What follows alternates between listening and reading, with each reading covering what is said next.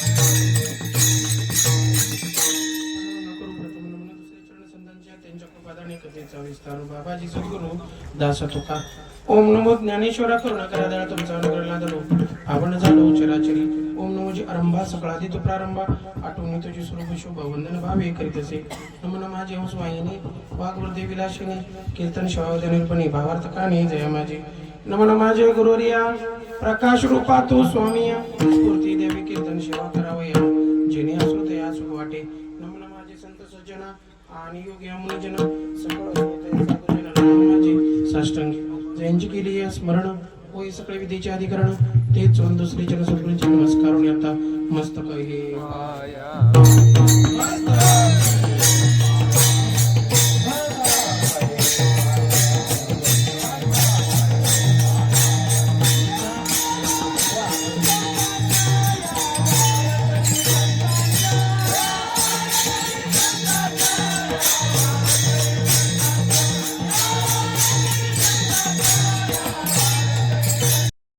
दुसरं संपलं चला खाली आणि परत रिटर्न कुठे पाठवून देते इथंच पण इथं तसं नाही कितीही दोषी माणूस असला ना तर तो त्याच पदाला जाऊन बसतो कसा आयुष्याच्या साधने सत चित आनंद पदवी घेणे म्हणजे काय माणूस दुःखातून आनंदाच्या परिस्थितीला जातो म्हणजेच तो सांप्रदायिक बनतो आणि संप्रदायामध्ये किती संत आहेत याला गणताच नाही महाराज पण 16व्या शतकानंतर लोपलेले संत काय काय होते नाही अशातला विषय नाही पण तेवढा प्रकार कुणीच केला नाही 18व्या शतकामध्ये फक्त आणि फक्त शिवाच्या अवताराच्या रूपाने बाळूमामा जन्माला आले का जन्माला आले महाराज या समाजामध्ये 3 जण आहेत एक जीव एक संत आणि एक देव बर का आता इथं मला यायला पण कारणच आहे ना जर बाळूमामा इथं आलेच नसते तर तुम्ही आम्ही सेवेकरी आला असतो का बघा तुम्ही किती संतांची कृपा ऐकणाऱ्याला सेवा भेटायला लागली माझ्यासारख्या येड्याला सुद्धा सेवा करायला चान्स मिळाली अन्नदान करणाऱ्याला अन्नदान मिळायला लागलं आणि त्या मुख्य जनावरांची सेवा कारण का भूतदया गायी पशुचे पालन आणि तानेल्या जीवन म्हणा माझी उत्तम गतीनं मरण प्राप्त करण्याचा एक मार्ग आहे आणि तो मार्ग सद्गुरु समर्थ बाळूमामाने आपल्याला करून दिला पण आजचा जो बग्गा आहे त्याचा नंबर आहे 9 बरं झालं मला वाटतं मी असं 22 पासून वर चाललोय बरं का आज आणि विशेष म्हणजे आप्पांची ओळख आहे ही आल्यावर लक्षात आलं जे कारभारी आहेत आप्पाजी माळी महाराज त्यांनी गेली जवळजवळ 20 वर्ष झालं सेवा करतात ते पहिले 10 वर्ष तर त्यांनी कर्नाटक मध्येच काढले का बरं असं महाराज म्हणतात सेवेला गी सेवा कदा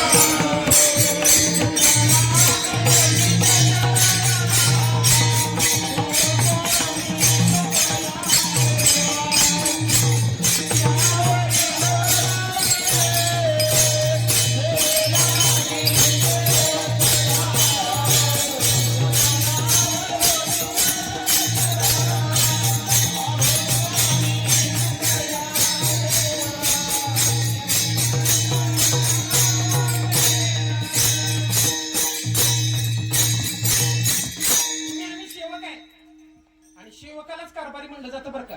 कारण देव कोणाच्या ताब्यात आहे? जो सेवा करतो ना त्याच्या ताब्यात आहे. म्हणून इतरांना त्यांना कारभारी म्हणावं लागतं. घरची लोक आपल्याला कारभारी म्हणेना होय अप्पा. पण बाळूमामाने तुम्हाला कारभारी करून टाकलं. पण कधी? घरचं त्यागल्याच्या नंतर. म्हणून घरचं त्यागल्याशिवाय जर पाहिजे असेल ना काहीतरी त्यागावं लागतं. ह्या मुलींनी सुद्धा त्यागलंय बर का. आणि यांच्या जे संस्थापक आहेत का त्या 4 वर्षाच तर माझ्यासमोर बारोड करत होत्या भगवंत मंदिरात. महाराजांची त्यांची लई जुना परिचय, पण आता सगळा सांगायला वेळ भेटणार नाही. पण महाराज बघा, एक मुलगी शिकली तर अनेक मुलींना ती जागेवर आणू शकते. आणि एक मुलगा शिकला तर 100% सगळी मुलं जाग्याला येतात. आता कुणाच्या मनात आलं काय माहितीये? आज 5 बिका मंडळाची पंगत आहे बरोबर आहे का. त्यात आमचे दाजी पण आहेत. नाव नाही सांगत, पुन्हा तुम्ही म्हणसाल दाजीचं नाव घेतलं, असं काही होऊ नये कोणाचंच. तुम्ही सगळेच माझे बरं का. आणि महाराज ही मुलींची जी संस्था आहे विश्व माऊली मुलींची वारकरी संस्था बार्शी. आता तुम्हाला काय असं नाही कोणच माहित नाही असं कोणालाच नाही. त्यांचं नावच आहे शिव लीला. म्हणजे कोण? शिवांची लीला बरोबर आहे का. देवाची काय लीला? भक्ती आणि ज्ञान वैराग्य, याच्या पलीकडे काय नाही. माणसाला किंमत नाही हो, माणसाच्या गुणाला किंमत आहे. पण हे कधी भेटतं? जर अंतकरणामध्ये पुण्य असेल तर. अंतकरणामध्ये पुण्य असून असून नुसतं भागत नाही, पूर्व पुण्य कुळामध्ये सुद्धा पुण्याही लागते. महाराज म्हणतात पूर्व पुण्य जरी होय जाण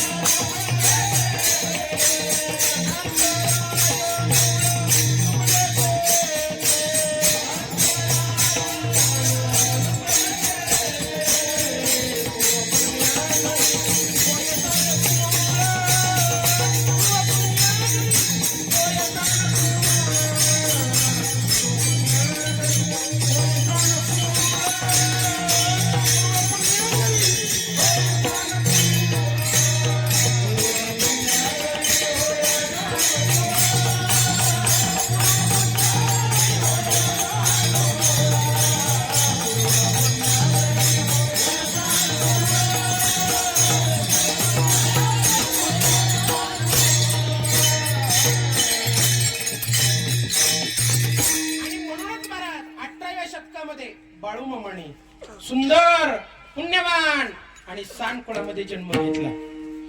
पण जन्माच्या अगोदरची कथा तुम्हाला सगळ्यांनी सांगितलं. मग मुली सुंदर सांगायला लागल्या होत्या. त्या लोण्याचा दृष्टांत मला तर लय आवडतो. आणि आता तसं सगळ्यांनी म्हणायला पाहिजे.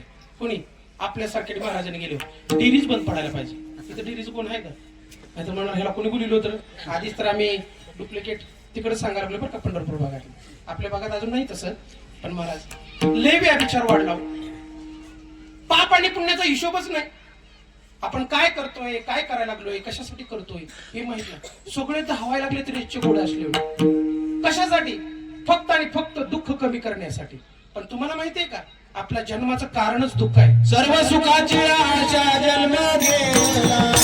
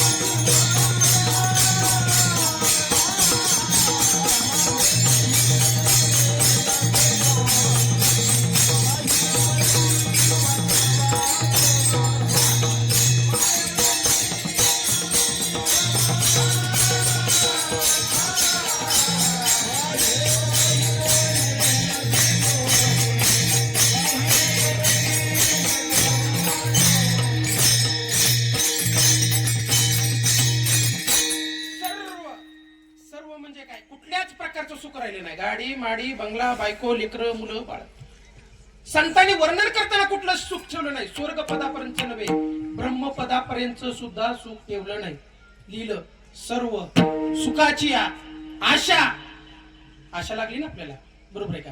आता आपण दरबारात येतो देवाच्या सुद्धा, संतांच्या सुद्धा आशाच ना. कोणाचं पोरग बिघडलं असेल, कोणाचं नवरा बायकोचं जमत नसेल, बरोबर आहे का? कोणाच्या कोर्टात केसेस असतील, तर कोणाला नोकरीची अपेक्षा असेल, तर कोणाला बढती पाहिजे असेल, बरोबर आहे का? पण माणसं गप काय बसत नाहीत बरं का? इकडची नाही तिकडची गप का बसत नाहीत? त्याला वाटतं आशा. कोण पळवते आपल्याला? आशा पळवते. किती नाचवते हो, मुरळी कमी नसती तिच्या पलीकडे आशा आहे. साधू संतांची भाषा आपल्याला कळत नाही महाराज. आपण काय करतो माहिती आहे? वाच्यार्थावर जातो म्हणून तर आपला घोटाळा व्हायला लागलाय. आपण कशाला काय समजतो हेच अजून कळलं नाही. कमीत कमी आपण माणूस हे तरी कळलं पाहिजे.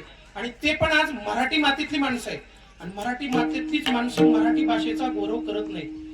मग तो शिक्षक असू द्या किंवा काय, विषय मराठीचा शिक्षकाचा, बरं का? विषय कुठला आहे? मराठीचा. PhD मराठीतून केली आणि त्याच्यावर भाषांतर पुन्हा इंग्रजीमध्ये करायला लागला, बरोबर आहे? काय उपयोग होईल का सांगा मला? पण एवढा असून तू ज्या शाळेत जातो ना त्या शाळेत त्याची मुलं नाहीत. त्याची मुलं कुठे आहेत? इंग्लिश मिडियमला, बरोबर आहे का? त्याची मुलं त्याच मातीत पाय ठेवायला नाहीत. कुठल्या मातीत? ज्या मातीतून त्यांचा बाप तयार झाला त्याच मातीत बाप गाडायला लागली. ही परिस्थिती तुम्ही आम्ही केली. का केली माहितीये का? फक्त आणि फक्त आपण काय केलं? आशेच्या पोटी आपल्या सगळ्या गोष्टी घडायला लागल्यात महाराज. पण काय आहे आशा? कोण आहे? हिला ओळखलं का कधी? ही काय करते नेमकं? मन म्हणजे काय? चित्त म्हणजे काय? बुद्धी म्हणजे काय? एवढा सगळा विचार करायला आपल्याला वेळच नाही महाराज. का? आपण सरळ म्हणतो वेळ नाही. का वेळ नाही? याचं कारण आहे आपल्याकडे विचार नाहीत. विचार कुठला करायचा? मी कोण आहे? कुठून आलो? कशासाठी आलो? आणि कशासाठी पळतोय? आणि नेमकं मला करायचंय काय?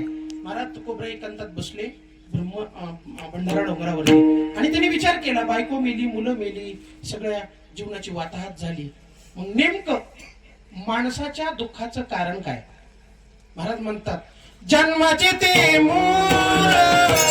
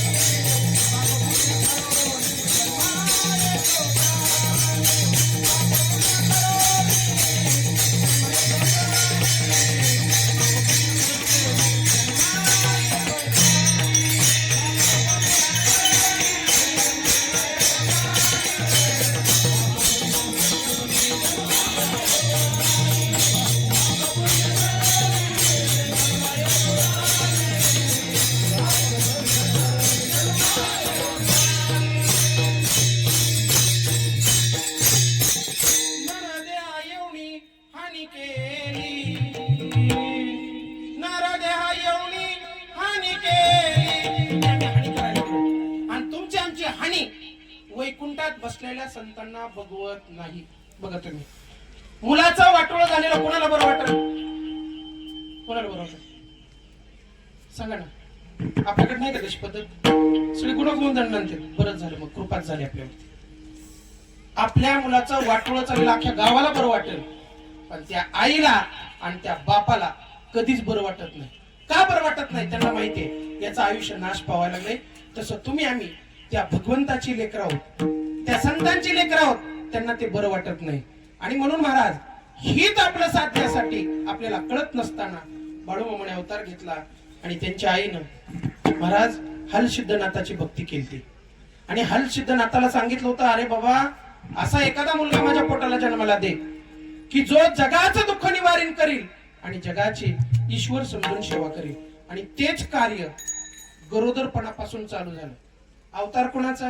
शिवाचा. बघा तुम्ही बाळूमामाच्या पाठीमागे बघितलं ना तुम्ही, शेष नाग आहे.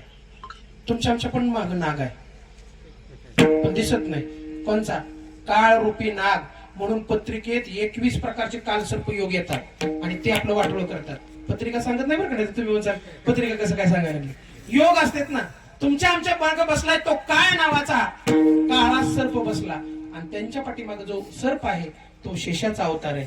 महाराज का बरं सांगा? काळावरती आणि मृत्यूवरती विजय मिळवणारे फक्त आणि फक्त संत आहेत महाराज.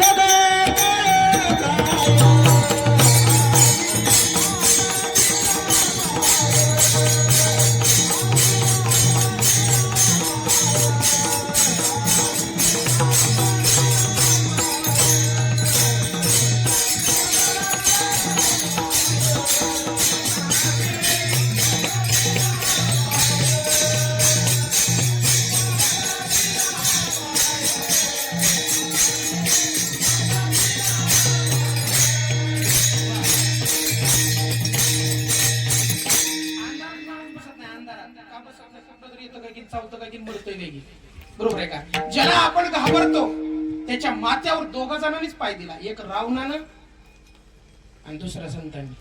संतांनी पाय दिला पण काळ घाबरून बघलेला उभा राहिला. रावणानं पाय दिला, अख्खाच रावण खाऊन टाकला लंकेश. या दोघांमध्ये काळामध्ये सुद्धा फरक आहे.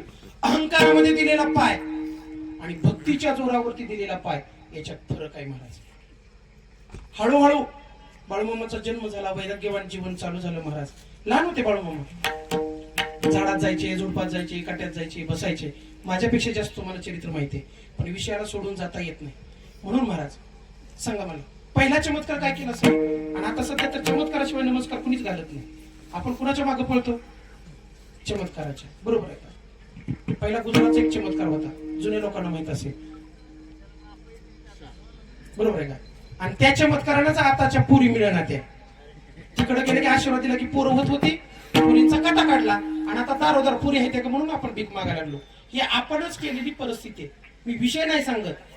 पेरलेला एक दिवस का होईना पण उगवल्याशिवाय राहणार नाही. आणि तुम्ही म्हणसाल शेजाऱ्यानं पेरल्यावर आपल्याला बरोबर, आपला काय संबंध आहे? शेजाऱ्याने जर बाबळी पडल्या ना तर तुमचं 10 एकर पडक पडल्याशिवाय राहत नाही. शेजाऱ्याने जरी खाली केलेली असली तरी ते पाप ब्रह्मातेचं तुम्हाला आम्हाला भोगावं लागले. या परिस्थितीला आपणच कारण आहे. आपणा घात करू शत्रू झालो मी दावेदारो, तो कृपेचा असा गुरु उतरी पार तुका म्हणून. आणि त्या टायमिंगला सुद्धा 18व्या शतकामध्ये चमत्काराचा विषय व्हायचा. बाळूमामाचा एक मित्र वारला अचानक, आणि वारल्याच्या नंतर लोकांनी वार्ता सांगितली कुणाला? बाळूमामाला. आणि बाळूमामाला वाईट वाटलं. एवढा सवंगडी सोबती, ते काय आताचे मित्र होते का दाब्यावर घेऊन जाण्यासारखे? बाळूमामा होते, ते पळत आले. आताची पोरं घरनं पोरगण येते ती आणि तिकडच गायब करते. अशा घटना रोज आपण ऐकतो. आताचा मित्र नुसता गाण्यापुरता गारव्यासारखा राहिला. पण मला तर वाटतं हायवेवरच्या गारवाच दुसरा काही विषयच नाही. कारण का? मित्र असावा तर कसा असावा? आपल्या चुका न पांघरून घालता आपल्याला ज्ञान वैराग्याच्या रूपानं संतांकडं, माळकऱ्याच्या वातावरणामध्ये, संतांच्या वातावरणामध्ये आपल्या संस्कृतीची, धर्माची, घराण्याची आबरू जपून आपल्याला पुढे नेणारा मित्र असावा. अन्यथा त्यापेक्षा अकेला एकटा बरा, एकटा जीव आणि सदाशिव विठोबा रखुमाई.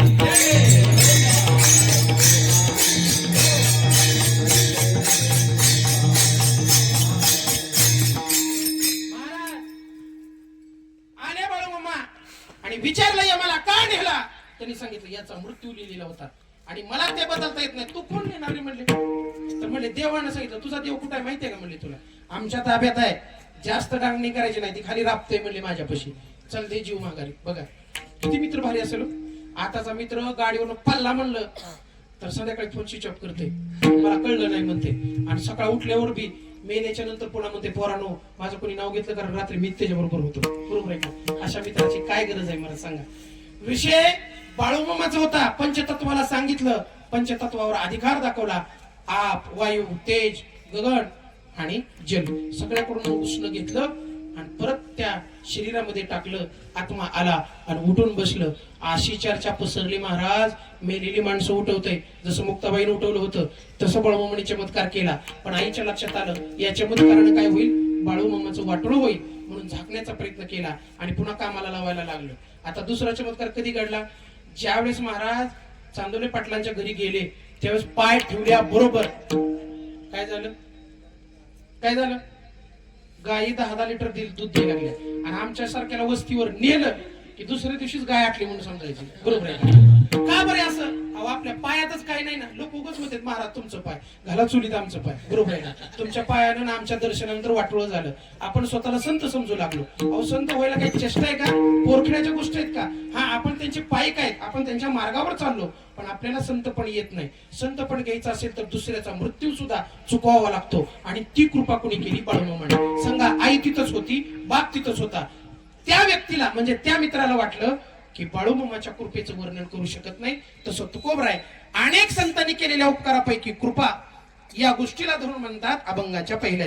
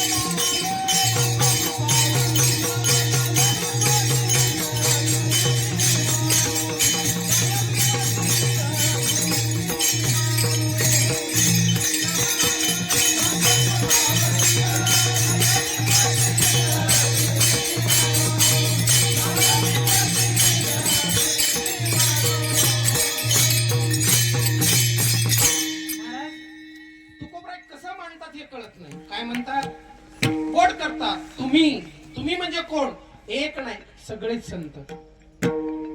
18 पगड जातीमध्ये जेवढे संत निर्माण झाले तेवढ्याने आईपेक्षा जास्त कृपा केली, बापापेक्षा सुद्धा जास्त कृपा केली. आई करू शकत नाही मला जी कृपा. आई काय करू शकते? कुठवर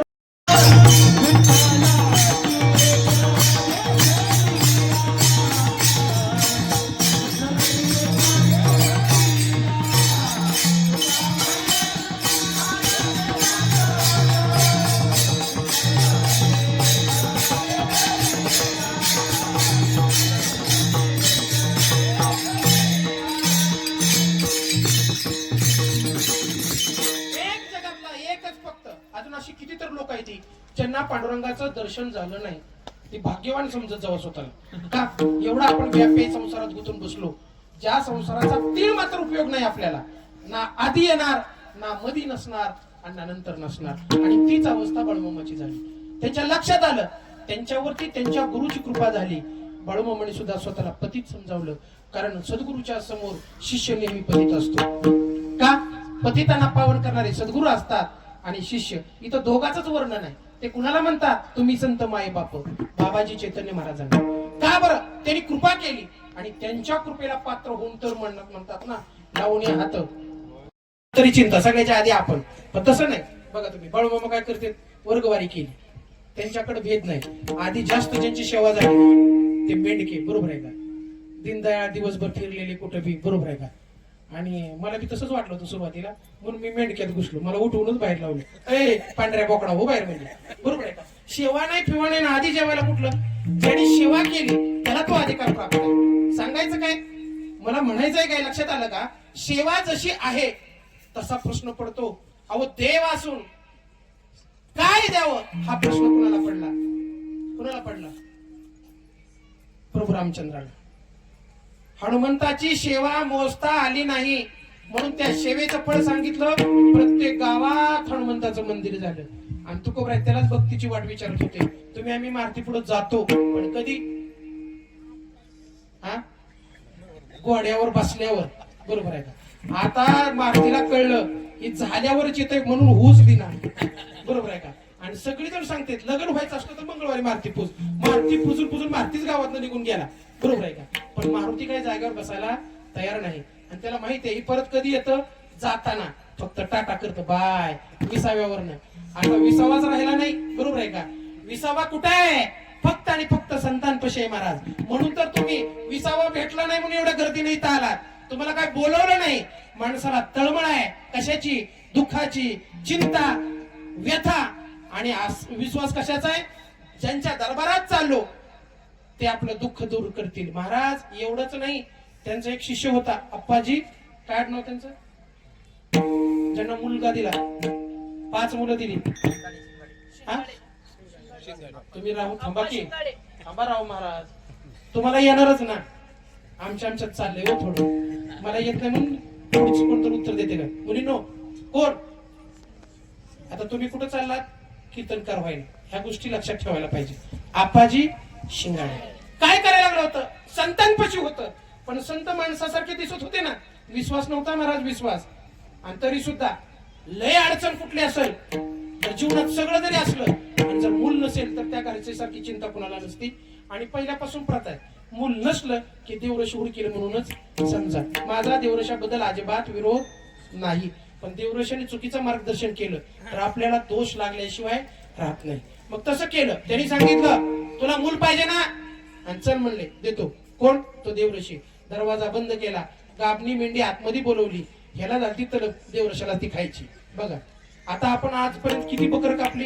आता तुम्हाला मानकेश्वर जवळ आहे, सटवाईला किती कापले असतील रे बिचारे. ह्यात सुद्धा 2-4 असतील, पण आता कसं होय म्हणायचं म्हणून गपची बसली असतील, बरोबर आहे का? लिकरू झालं काप बकर, लिकरू झालं काप बकर. अजून सुद्धा आपल्याला समज आलं नाही. ज्ञानेश्वरी म्हणून बघा की कुठं सांगितलंय का बकर मारा म्हणून? नाही. मग कुठल्या गातेत लिहिलं की बकर मारल्यावर देव प्रसन्न होतो? सांगा मला. आहे का? देवी महात्म्यात तरी आहे का? नाही. गात्यात आहे का? नाही. ज्ञानेश्वरीत आहे का? नाही. तुम्ही बैठकीला जाता, दासबोधात आहे का? नाही. मग एवढी सुद्धा अजून आपल्याला समज आलेली नाही. का आली नाही? तर आपण चुकीच्या प्रथा आणि रूढी बंद करायला तयार नाही. आणि त्या काळात पहिली प्रथा जर कोणी बंद करायचा विचार केला असेल तर बाळूमामाने अचानक त्या टायमिंगला गेलं आणि दार वाजले. आप्पा घाबरलंच, कारण त्यांना माहित होतं आता काय खरं नाही. ना संतांना भीड आहे ना भाड आहे. धाडकन दरवाजा उघडला आणि आतमध्ये गेलं, बघतात तर ती काय जोटिंग बाबान अंगात काय आणलंय, लिंबाचं फटण, कुकाचं आणि हळदीचं तिथं टाकलेलं सगळं ते चौरस भरलेला, आणि त्याच्या समोर यज्ञ, आणि यज्ञाच्या समोर मी ठेवलेली बिचारी आण्या पाण्या वाचून म्या म्या करून ओरडत होती. एवढ्यात दरवाजा उघडवस्तोवर त्याच्या आईनं अटकल केली आपाजीच्या, पटकन मेंढी आतमध्ये लपवली. बरोबर आहे का? आता लपलेली मेंढी बाळूमामाला बघितल्यानंतर लागली ओरडायला. साहजिक आहे ना, जो सगळ्या जीवाचा सांभाळ करणार आहे, जनावरापेक्षा बुद्धिवान माणूस जरी असला तर माणसापेक्षा बुद्धिवान जनावर आहे. जनावराला अंतकरण माणसाचं कळतं. बघा तुम्ही, त्या जर माणूस आला तर तिथून बराबर जाऊन त्याच माणसापाशी थांबणार. आणि मग महाराज बाळूमामाने विचारलं, अरे आतून आवाज तर मेंढीचा येतोय, तिला काही खाऊ घातलं नाही का? आता त्यांना वाटलं घरचीच मेंढी असेल, ती म्हणजे खाऊ घातले तरी पण ओरडते. बाहेर काढ बरोबर म्हणली मेंढी बघितलं तर मेंढीच्या गळ्यात ती लिंबाची माळ. बरोबर आहे. आपण बकऱ्याला लय वाजवीत नाही तुम्हाला, त्याला काय माहित असतं ही वरात कुंकड निघाली. तसं अनेक बकऱ्याला माहिती नाही 10-10 लाखाच्या मंडपात आपली वरात निघायला लागली. ते नुसतं पुन्हा कापायचंच राहते. बरोबर आहे का? संसारात तसंच आहे महाराज, फक्त ते कापणं वेगळ्या रूपानं आहे. आणि मग महाराज बाळूमामाने विचारलं, ती मेंढी बाहेर काढली, काय करायला लागला होता? काही नाही म्हणले, मला माफ करा. अरे एखाद्या आईपासून तिच्या गर्भातच असताना तिचं जर बाळ काढलं तर तिला किती व्यथा होतील? ब्रह्महत्येपेक्षा जास्त पाप आहे, महादोष तुला लागेल. आणि आयुष्याची मनुष्य जन्माचं मिळालेलं नरकाचं तुला काय पाहिजे सांग? ती म्हणली, मला एकच दुःख आहे. अरे किती बी मोठं दुःख असू दे, ते एका मिनिटात कमी करतो. ती म्हणली, काही नाही, फक्त एखादं तरी मूल व्हावं. एक काय तुला 5 पोरं होतील म्हणजे. आता ते लागलं असं काय वया बघायला. आणि खालचं जे आहे का, असा लिंबाचा फटा घेऊन मारलं म्हणताना त्या देवरशाला त्याला सांगितलं, इथून पुढे जर हत्या करायला सांगशील तर माझे इतकं वाईट नाही. बघा, ज्याच्या दरबारात बसला त्याच्या दरबारात एकच संकल्प करा, आजपासून बोकडाच्या कार्यक्रमाला जायचं नाही. मला वाटत नाही मला तुम्ही नीट जाऊ द्याचा. बरोबर आहे का? कारण माणसाला नेमकं तिथंच अडचण येते. कुठं? मला सांगा, मांस का खातो आपण? महाराज म्हणतात, मांस खाता हौस वाटे जोडून ठेवला वैरी. तुम्ही जर एखाद्याला चापट मारली तर ती तुमचा कधी काटाकाढील हे सांगता येत नाही. त्याची हत्या करताना तो कुठल्याच रूपाने तुमच्याकडे बघत असेल. बरं, का खातात बकऱ्याचं मांस किंवा सगळ्याच प्राण्याचं? तर ताकद यावी म्हणून. पण मला सांगा, कोंबडी काय खाते? ज्वारी, मका. बरोबर आहे का? आणि बोकड काय खातं? दुसऱ्या बोकडाला खातं का तयार व्हायसाठी?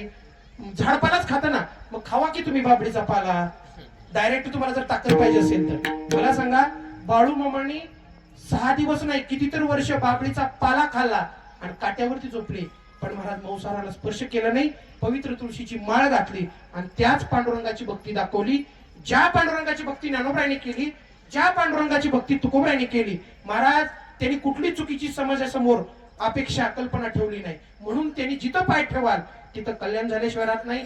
8 दिवस असणारी चंदू पाटलाची गाय उपाशी असताना सुद्धा बाळूमामाच्या हातनं घास खाल्ला आणि तिनं सगळ्या जगाला उपदेश करून सांगितलं की हेच संत आहे. जसं नामदेवानं मेलेली गाय उठवली तसं न खाणारी गाय माझ्या बाळूमामाने उठवली. म्हणून महाराज या संतांना अवताराला यायचं एकच कारण आहे, तुमचा आमचे दोष निवारण्यासाठी अभंगाचं दुसरं चरण.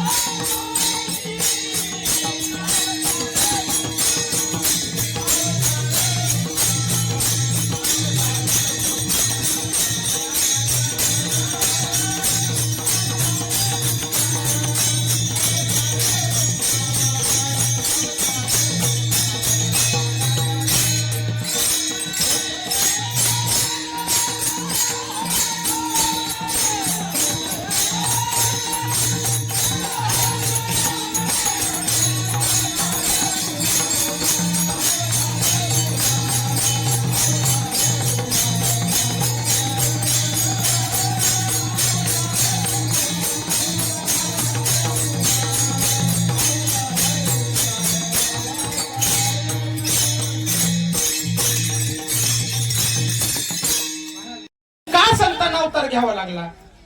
महाराज म्हणतात अवतार तुम्हा धराया कारण, घेतला नाही धरला. तुम्हा आम्हाला यावंच लागतं, इच्छा असली तरी जन्म घ्यावाच लागतो. कारण का, आपल्या अंतकरणामध्ये वासना नावाची एक वैरीण बसली आणि तिच्यामुळे जन्म घ्यावा लागतो. जिनं जड भरतावर सुद्धा गाला घातला, सगळं त्यागलं जड भरतानं, पण अंतकरणाला फक्त हरणाकडे बघितलं. काय बघितलं? हरणाकडे. किती वेळा जन्माला आला हरणाला? आपल्या तर डोक्यात हरणी बी आहे आणि भरणी बी आहे, काहीच निघत नाही. कारण भरणीत पैसे ठेवलेत ना आलेलं, बरोबर आहे का?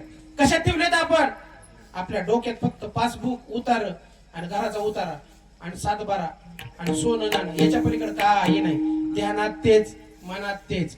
आणि संतांच्या ध्यानात पांडुरंग, जागृतीत पांडुरंग, स्वप्नात पांडुरंग आणि सुषुप्तीत सुद्धा. महाराज म्हणतात जागृती स्वप्नी पांडुरंग. आणि आपल्याला स्वप्न कुठली पडते ती? आपण मेलेलं, जळालेलं, कुठलं तर पेटलेलं. आणि मग माणसं सांगतात पुन्हा काय मला स्वप्नच बेकार पडलं. काय झालं?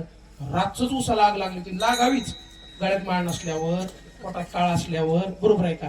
पांडुरंग आवडत नसेल, सांगा मला काय केलं या संतांनी? तुम्ही आम्ही काय वाढवायला लागलो? द्वेष वाढवायला लागलो? तुम्ही आम्ही मत्सर वाढवायला लागलो? सांगा. रोज बातम्या बघा, बलात्कार, हत्या. आणि आता हत्या तर कुणी भिनायच कशाला? कायद्याला कोण भिनाय? काय नाही, काय नाही, काय नाही. उठलं की ह्यानं त्याला मारलं, त्यानं त्याला मारलं. का? संतांचा विचार तुमच्या आमच्या जीवनात नाहीत. अन्न दूषित आहे, अन्न दूषित असल्यामुळं विचार दूषित आहे, आणि विचार दूषित असल्यामुळं अख्खी जिंदगी नरकमय व्हायला लागली.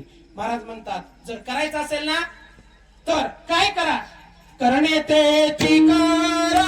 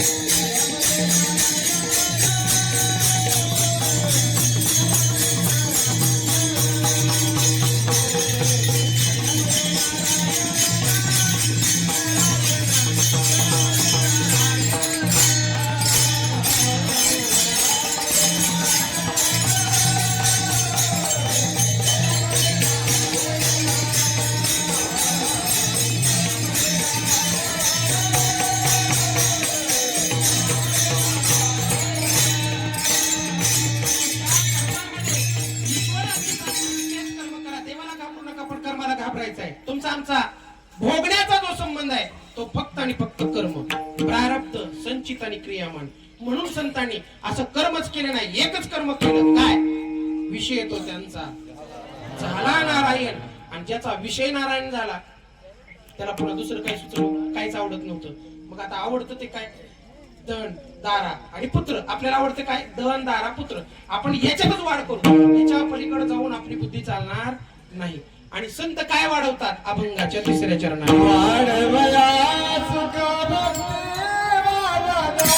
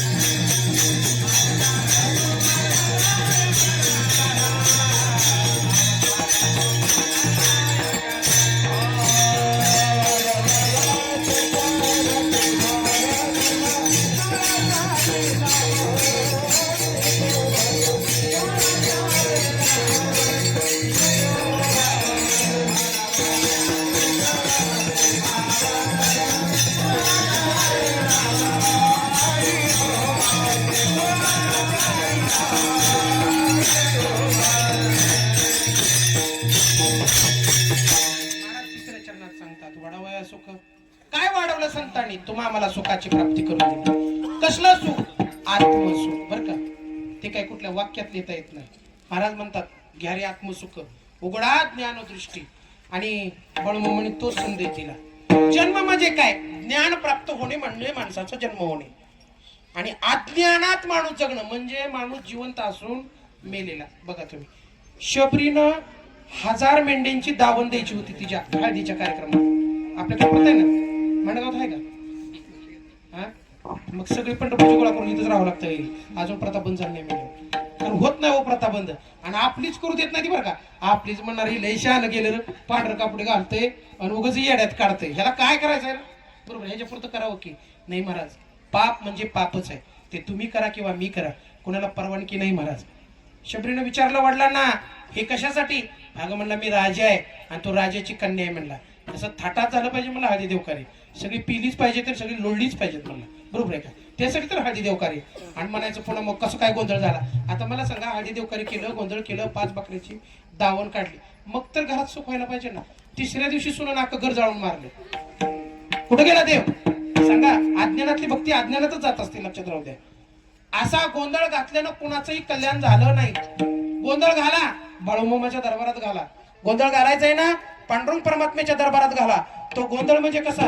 कीर्तनाच्या प्रवचनाच्या रूपानं. नाही तर तुम्ही म्हणसाल आम्ही कीर्तनात येऊन गोंधळ घालू. बरोबर आहे का? अशी लय एक जण त्या दिवशी उठलं आणि खाल्लं 500ची नोट देऊन मला म्हणतंय गवळण म्हण गवळण.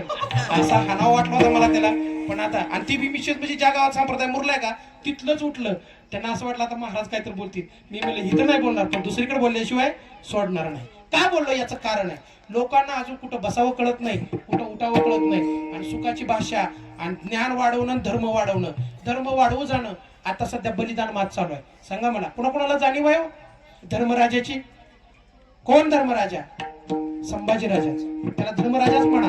धर्मासाठी ज्यांनी प्राण दिलं तो धर्मराजा. आणि आजच्याच लोकांना जीन पेंटीवाल्यांना धोत्राची लाज वाटते. का वाटते सांगा मला? जी पोलक परकर घालून सुशिक्षित झाली का तिला साडीची लाज वाटते. पण ही आपली संस्कृती आहे महाराज. जर संस्कृतीला गालबोट लावलं ना, आपली लेकरं अमेरिकन संस्कृती आपल्याशिवाय राहणार नाहीत. कारण इथं आपली लोक मूर्ख आहेत म्हणून तर लोकांनी आपल्यावरती चान्स मारून घेतला. पण जरा दावून द्या, कारण आपल्यात बी काही आशे नाहीत. या मातीत गुण तो आहे की जो गुण धर्माचं रक्षण करण्यासाठी स्वतःचं प्राण सुद्धा अर्पण करले जातात. महाराज नुसत्या जयंती साजरा करून उपयोग होणार नाही. आपण कमीत कमी आपल्या घरात तरी सुखा समाधान वावरलं पाहिजे. सांगा, भांडणं कोणात आहेत? भावाभावात भांडणं कोण आहेत? सगळ्यात. मग याच्यानंतर आपल्या ज्ञान, धर्म, वृत्ती स्थिर होणं, पुन्हा पांडुरंगाची भक्ती. एका घरात जर 5 माणसं असली तर एक एकादशीला पंढरपूरला जातोय, एक अमावस्या दिवशी मसुबाला जातोय, आणि पौर्णिमे दिवशी ती उठती देवीला जाते. बरं, ती बी एका देवीला जाते काय? एका पौर्णिमेला येडायला जाते, दुसऱ्या पौर्णिमेला तुळजापूरला जाते. आणि बरोबर आहे का? तिसऱ्या पौर्णिमेला कुठं जाते पुन्हा सांगता येत नाही. पुन्हा लक्ष्मी यायला येते आणि लक्ष्मीच्या नावानं चांग भलं म्हणते. मग मला सांगा, एवढं म्हणण्यापेक्षा चांग भलं म्हणजे काय हो? ज्याचं चांगलं भलं करता येतं त्याला चांग भलं. बरोबर आहे का? जसं बाळूमामाच्या नावानं आपण म्हणतो बाळूमामाच्या नावानं चांग भलं. कुणाचं? बाळूमामाचं नाही, आपलं चांग भलं. बरोबर आहे का? चांगलं गुण घेतलं की आपलं भलं झाल्याशिवाय राहणार नाही. म्हणून एकदा प्रेमानं भजन करू. विठोबा वंदे मातरम.